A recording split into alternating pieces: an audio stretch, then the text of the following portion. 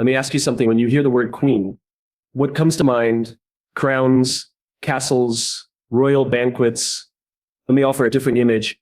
A single mother waking up at 5 a.m. every day to put food on the table. A woman standing in a boardroom, the only female voice, refusing to lower her standards. A survivor who turned her pain into purpose and built a life from ashes. That's what a queen looks like. You see, strong women don't just survive, they rise. They lead. They inspire. They act like queens, not because of power, but because of presence. Today, I want to walk you through 6 powerful truths that define the way strong women act like queens, not just for themselves, but for the world around them. Let's begin with a truth that's simple, yet revolutionary. Queens know their worth. Not because someone handed them a title, not because someone clicked like on their photo or wrote a glowing article about them, not even because they've achieved something the world deems exceptional. Queens know their worth in the quiet spaces, the moments when no one is watching. Their worth is not tethered to applause, attention, or approval. It comes from within, a deep, unshakable awareness that they matter, they belong, and they don't have to shrink to make others comfortable. The world has a habit of telling women how to be softer, quieter, smaller. It tells women that their value lies in their appearance, their relationship status, or their willingness to say yes. And the tragic thing is, many begin to believe. They twist themselves into versions that are more palatable, more agreeable, more marketable. But queens, real queens, resist that pull. They don't wait to be chosen. They choose themselves. Think about Serena Williams. When she returned to the tennis court after becoming a mother, the world didn't exactly roll out the red carpet. There were whispers. She's too old. She's not fit anymore. She won't be the same. And in many ways, they were right. She wasn't the same. She was strong, not just physically, but mentally, emotionally. She didn't come back with a chip on her shoulder. She came back with clarity. The clarity that she didn't need to prove anything to anyone. Her greatness was never up for debate. It was only up to her to keep living. And let's not overlook what she represented in that moment. She wasn't just an athlete on a comeback tour. She was every mother who wondered if she could still dream big after childbirth. Every woman who asked if she could still be fierce after being vulnerable. Serena didn't shout her worth, she walked in it. That's what queens do. They don't need to enter a room and declare their importance. Their presence does the talking. But let's be honest, knowing your worth in a world determined to undervalue you isn't easy. It's a fight against centuries of programming, culture, and expectation. It's a fight against the voice in your head that asks, am I enough, even after you've done the impossible? But here's where queens are different. They feel the fear, they hear the doubts, and they still rise. Knowing your worth is not arrogance. It's alignment. It's aligning who you are with how you show up. It's looking in the mirror and refusing to critique yourself before you even say good morning. It's applying for the job you're scared to want. It's walking away from a relationship that makes you question your value. It's saying no to things that dim your light. That's not pride, that's self-respect. And the thing about self-worth is that it becomes a mirror for others. When a woman stands in her worth, she gives permission to everyone around her to do the same. She becomes a beacon, not because she's trying to be one, but because truth has a way of shining through. I once met a woman who worked in a company where she was consistently overlooked. Meetings would happen, decisions would be made, and she was rarely included. But she didn't complain. She didn't retreat. Instead, she made her own space. She started mentoring others. She built systems that improved productivity. She led without a title. Eventually, leadership had no choice but to notice. Not because she played politics, but because she played her position with power and grace. And when they offered her the promotion, she didn't act surprised. She had already accepted it in her spirit. That's the essence of knowing your worth. It's not waiting for the world to say yes. It's saying yes to yourself first. There's a difference between confidence and knowing your worth. Confidence can be shaken. It's based on performance, perception, but worth is anchored. It's not about being perfect. It's about being real. It's about being grounded enough to say, I am enough, even when the world hasn't caught up yet. Strong women act like queens because they understand that they were never meant to beg for respect. They were born to embody it. They don't chase the spotlight. They become the source of light. And even on days when they feel dim, they remember their light is not for sale, not for compromise, not for temporary comfort. So to every woman who's ever been told to wait her turn, your time is not something to be granted, it's something to be claimed. To every woman who's ever felt like she was too much, you were never too much. You were too powerful for a system built to keep you small. And to every woman questioning if she's allowed to take up space, to speak boldly, to move confidently, let me be clear, not only are you allowed, you are called to. A queen doesn't let her crown slip just because others can't see it. She adjusts it and keeps walking. And if she ever forgets it's there, she surrounds herself with other women who remind her. Because knowing your worth isn't just about you, it's about changing the atmosphere the culture, the legacy for those who come after you. It's about building a world where girls grow up not asking, am I good enough, but declaring, I was born ready. And that is what makes a queen. Not just her strength, but the way she turns that strength into a foundation others can stand on. That's worth that echoes beyond a lifetime. That's what it means to act like a queen. There's a difference between speaking to be heard and speaking to be remembered, between using your voice to dominate and using it to build. And strong women, real queens, understand that their words are not just tools. They're not thrown out casually. They're planted intentionally, because a queen doesn't speak to make noise. She speaks to make meaning. We live in a world full of sound. Social media scrolls filled with shouting, arguing, canceling, defend. The loudest voice often gets the spotlight, but not always the impact. And queens, they're not looking for the spotlight. They're looking for legacy. They know that words carry weight, and when you carry something heavy, you don't throw it, you place it, carefully, thoughtfully, deliberately. Think about Malala Yousafzai. At just 15 years old, her voice was already a force. Not because it was loud, but because it was true. She spoke about something that many adults didn't have the courage to address, the right of girls to receive an education. That shouldn't have been controversial. But in the environment she was raised in, it was revolutionary. It was dangerous, and she paid the price. A gunman boarded her school bus, asked for her by name, and tried to silence her with a bullet. Now let's stop there for a second. Most people would understand if she never spoke again, if she turned inward, if she decided to protect herself with silence. But queens don't retreat when the world tries to mute them. They rise. Malala didn't just continue speaking. She elevated her platform. She took her voice to global stages, standing in front of presidents and prime ministers, urging them not just to listen, but to act. She wasn't yelling. She wasn't accusing. She was inviting leaders, citizens, children, and even those who once tried to suppress her to see a better way. And that's the power of purpose-driven speech. It doesn't divide. It doesn't destroy. It dares to build something that. Words, when used with intention, are among the most powerful forces on earth. Wars have started with words. Revolutions too. Love begins with words. Healing does as well. Queens understand this. That's why they don't waste their voices in gossip, judgment, or competition. They don't need to be the loudest in the room. They just need to be the clearest, the most grounded, the most purposeful.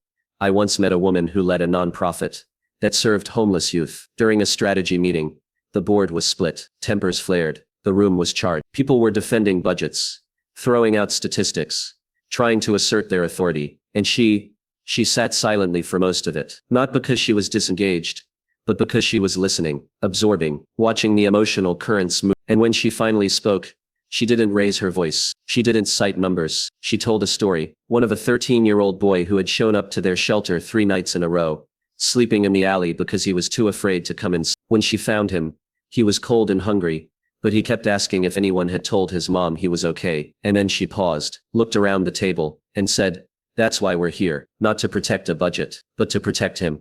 The room went silent. The debate ended, and action began. That is the impact of a voice used with intention. When we speak from a place of truth, we don't need to overpower. We just need to connect.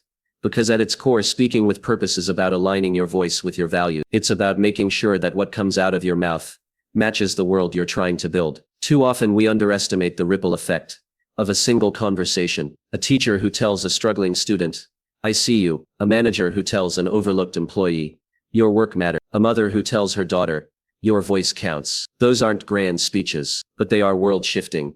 And let's be honest, using your voice, sometimes it shakes. Sometimes it comes late, after you've left the room and wished you'd said something. Sometimes it goes quiet because you've been dismissed too many times. But queens learn to speak anyway, even when it's uncomfortable, even when it's inconvenient, because they know that staying silent to make others comfortable isn't leadership. It's fear. And queens don't lead from fear. They lead from vision. There's a woman I admire who works in corporate finance, a field dominated by sharp suits and even sharper opinions. In her early years, she was told her voice was too soft, that she needed to toughen up to be taken seriously. And for a while she lowered her voice, used harsher language, tried to sound like everyone else. But it didn't feel right. It wasn't her. Eventually she stopped performing and started leading. She returned to her natural tone. She began speaking in ways that brought people in, rather than shutting them down. She didn't try to dominate. She tried to connect. And her career didn't just survive.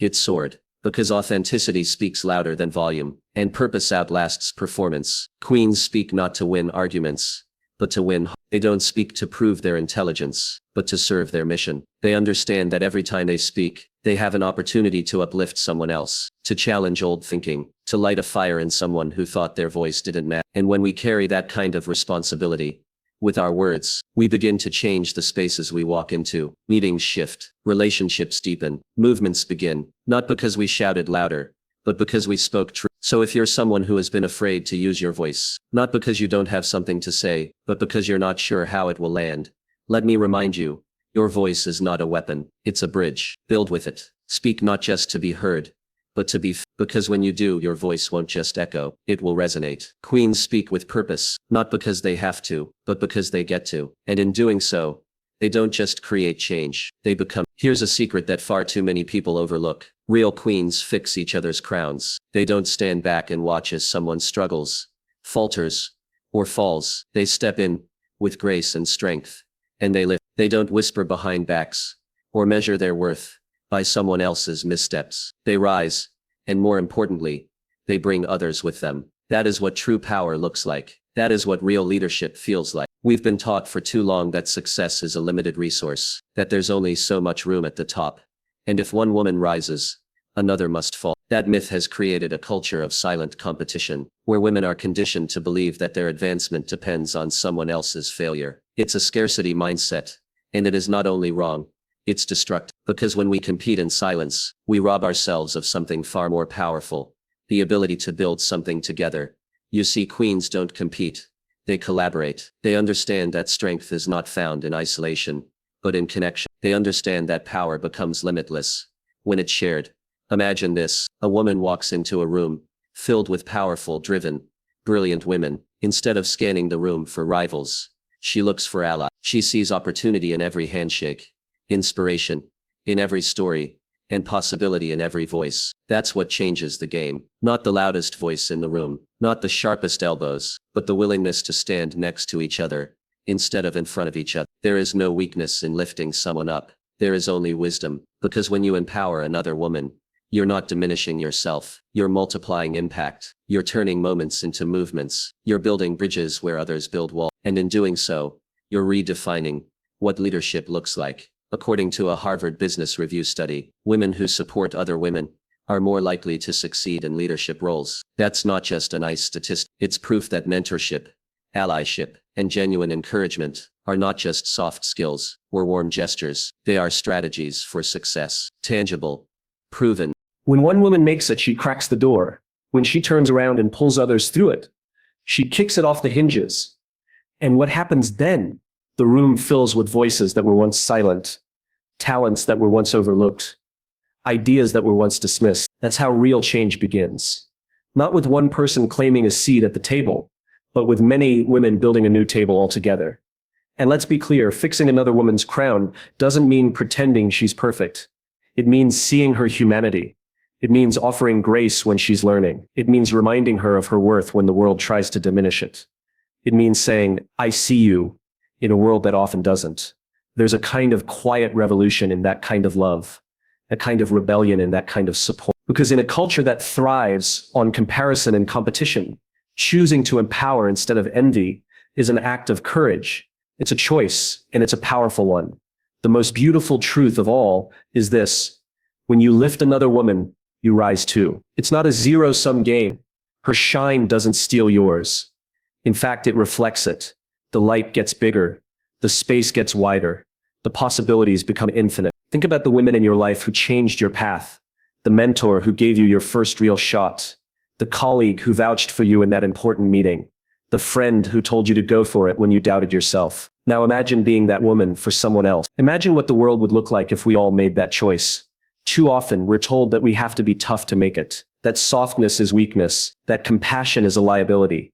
But I would argue the opposite. I would argue that kindness is a superpower, that lifting someone else up isn't a distraction from your purpose.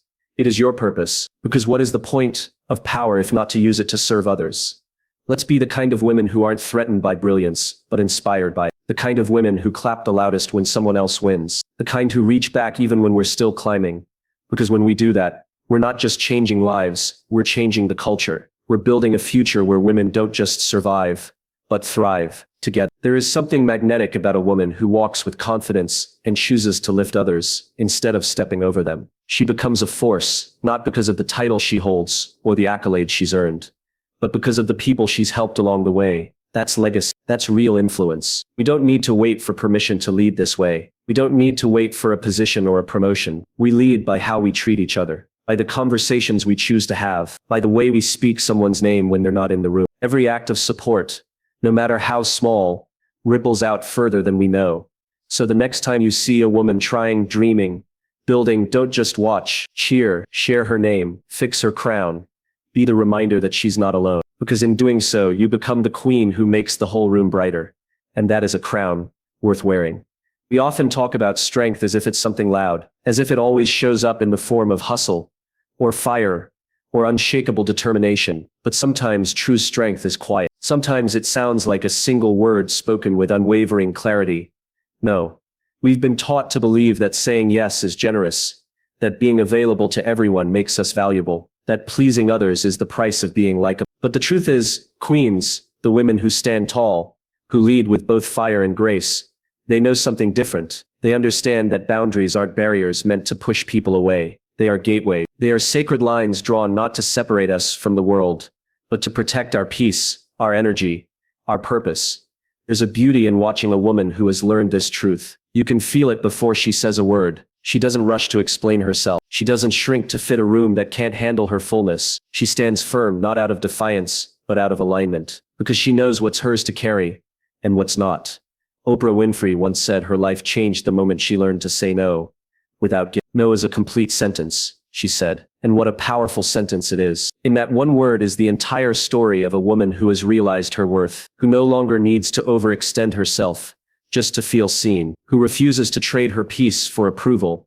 This isn't selfish, it's self-respect. Boundaries are not about keeping people out. They're about letting the right people in, the ones who honor your time, your values, your vision, the ones who don't just take from your cup, but pour into it. Because the truth is, you cannot serve others when your soul is running on empty. You cannot lead when you're constantly putting yourself last. You cannot build a kingdom when you've handed out the keys to anyone who asks. And let's be honest, it takes courage to set boundaries. It takes even more to defend, to look someone in the eye and say, this is where I begin and end. This is what I need. This is how I protect the parts of me that are still healing, still growing, still sacred. That kind of clarity doesn't come overnight. It comes through fire, through trial, through the moments when you said yes, even though everything inside of you screamed no, and you paid the price for it. But with time, with reflection, you learn. You start to notice the toll of overcommitment. You begin to see the difference between being needed and being used. And you start to understand that your energy is your responsibility, that every time you compromise your values to avoid discomfort, you lose a piece of yourself. And queens, they don't make that trade anymore.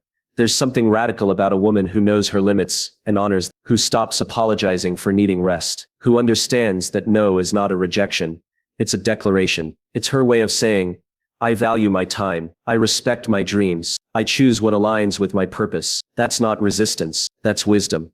Think of the women who changed your life. The ones who didn't just show up for you, but showed you what it meant to show up for yourself. The ones who modeled grace, not by saying yes to everything, but by saying yes to the right things and walking away from the rest. That's not weakness. That's mastery. We live in a world that glorifies being busy, that praises exhaustion as a badge of honor. But what if we flipped the script? What if we celebrated women who knew how to pause, to say no, to walk away? What if we taught our daughters that protecting their peace is not a betrayal of others, but a profound act of self-loyalty? There's immense power in that. Because when you set a boundary, you teach others how to treat you. You stop waiting for permission to matter. You stop relying on external validation to feel worthy. You begin to lead from the inside out. And that kind of leadership, it's magnetic, it's unshakable, it's free. When a queen defends her boundaries, she's not being harsh, she's being clear. And clarity is a form of love, not just for herself, but for everyone around her. Because when you operate from a place of groundedness, of alignment, of deep self-respect, you give others permission to do the same. You create space for authenticity, for truth, for real connection.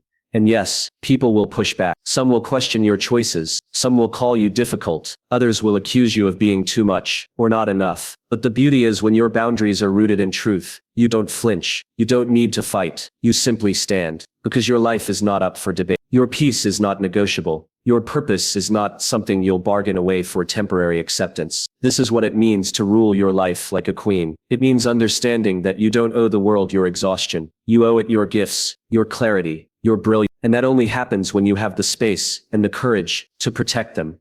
So let others misunderstand you. Let them be uncomfortable with your no. You are not here to make everyone happy. You are here to live fully, to lead boldly, and to shine without apology. You are not responsible for managing other people's reactions. You are responsible for managing your energy, and you get to choose how you spend it. Queens don't apologize for protecting their kingdom. They prioritize it, because they know their kingdom is sacred. And every time they say no to something that doesn't serve them, they say yes to something that does. To peace, to purpose, to power. That is what sovereignty looks like. That is what leadership feels like. And that is the kind of queen the world desperately needs. There's something breathtaking about a woman who walks into a room, not trying to hide where she's been, who doesn't edit her story to sound more acceptable, who refuses to smooth the edges of her truth just to fit someone else's narrative. There's a quiet power in authenticity, in owning the full, unfiltered story, even the parts that once made her feel small, especially those parts, because the mess, the heartbreak, the setbacks, that's where resilience is forged. That's where queens are made. We live in a world that tries to reward perfection, or at least the illusion of it. Social media scrolls past us like a highlight reel of lives we assume are untouched by struggle. But what's not shown, what's often hidden in the shadows, is the grit it takes to get up when the world has knocked you flat. And it's in that very grit that the most powerful kind of leadership is born. Queens don't emerge from fairy tale. They emerge from the fire, not unscathed,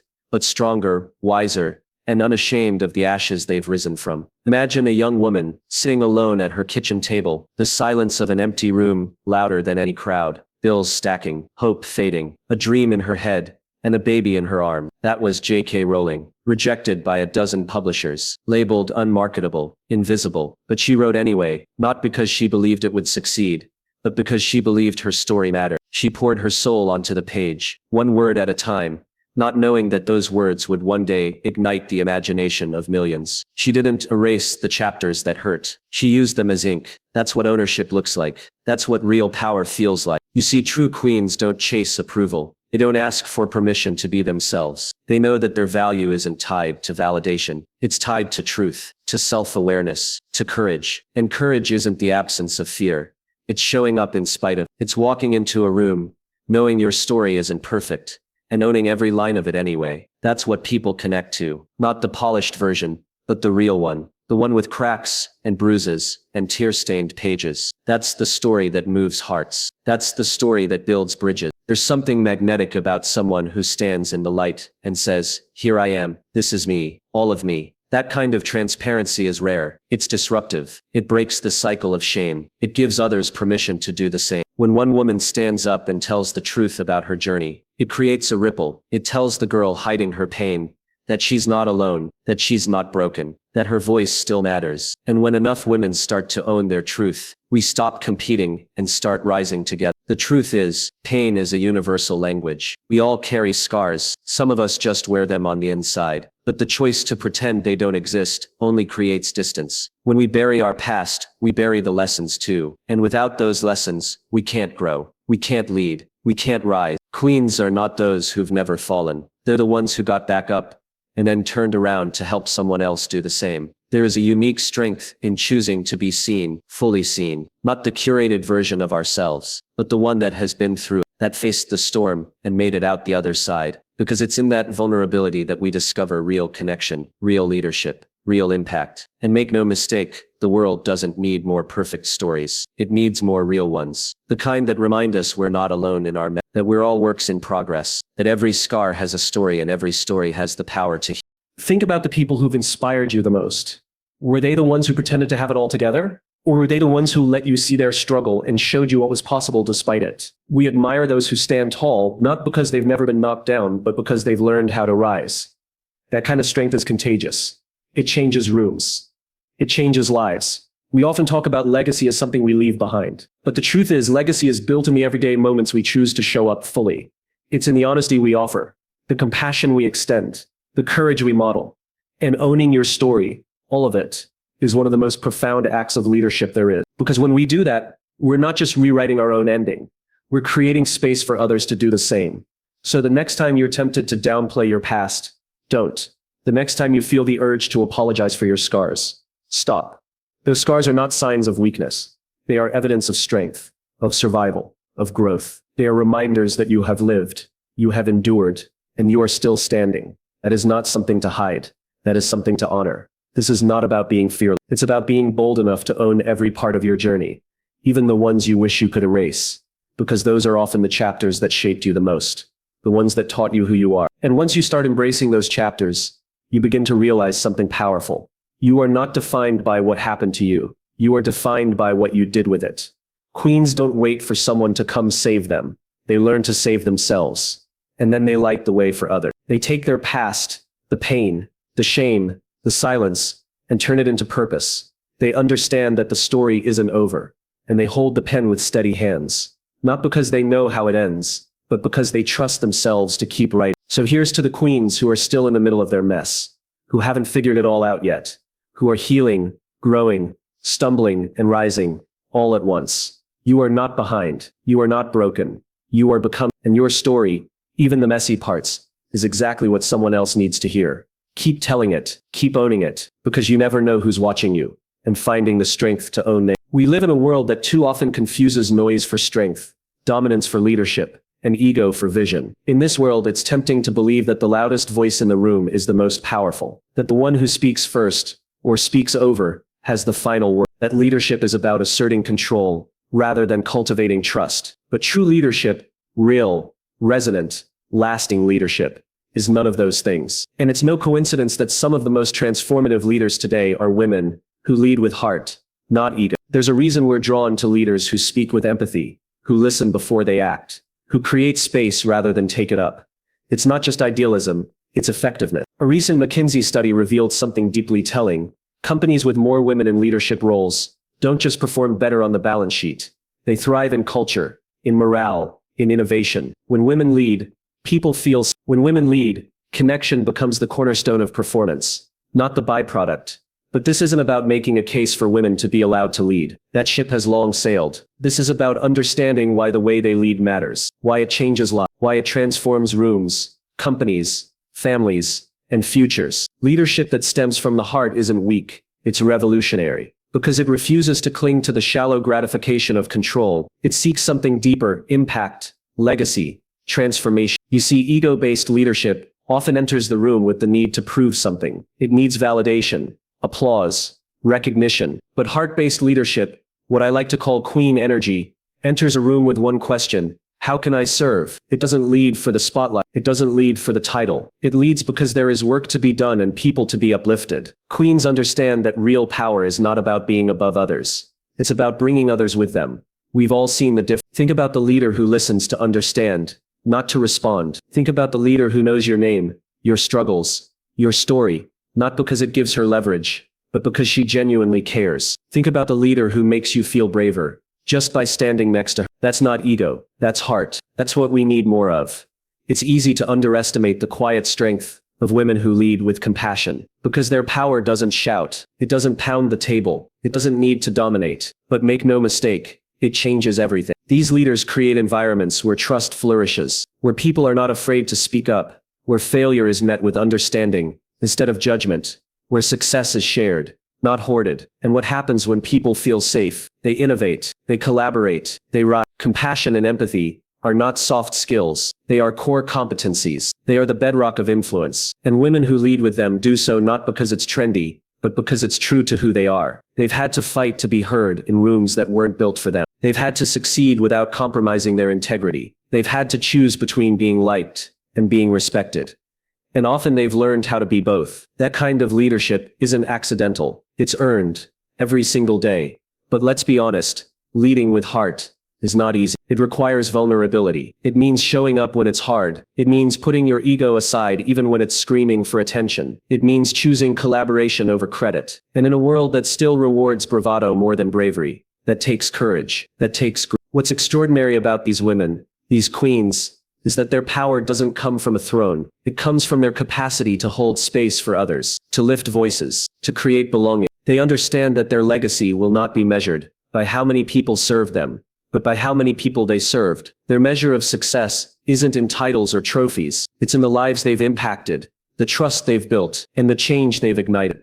Imagine a world where more leaders operated this way, where leading with heart was the standard, not the exception. Imagine organizations that prioritized empathy over ego. Imagine workplaces where connection came before competition. That's not a fantasy, it's a choice. And it starts with recognizing that leadership isn't a role, it's a responsibility. We have a responsibility to uplift this kind of leadership, to recognize it, to reward it, and yes, to model it. Whether you're a CEO, a manager, a teacher, a parent, or just a person trying to do a little more good in your corner of the world, you have the power to lead with heart. You have the power to show others that empathy is not weakness, it's strength. That listening is not passive, it's powerful. That kindness is not optional, it's essential. Queens don't lead to be seen, they lead to serve, because they know that true influence comes not from what you say, but from how you make people feel, not from how high you climb, but from how many you lift, and not from the size of your voice, but from the depth of your care. So the next time you step into a room,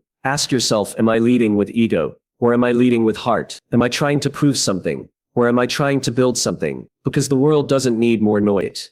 It doesn't need more ego. It needs more leaders willing to listen, to care, to connect. It needs more queens. So what does it mean to act like a queen? It means showing up with grace and grit, speaking truth even when your voice shakes, refusing to settle, refusing to shrink, and refusing to forget that every woman has a crown, even if the world hasn't recognized it yet. To every woman listening today, your story matters. Your voice matters. You matter. Act like a queen, not because the world tells you to, but because deep down, you know you always were one. Thank you.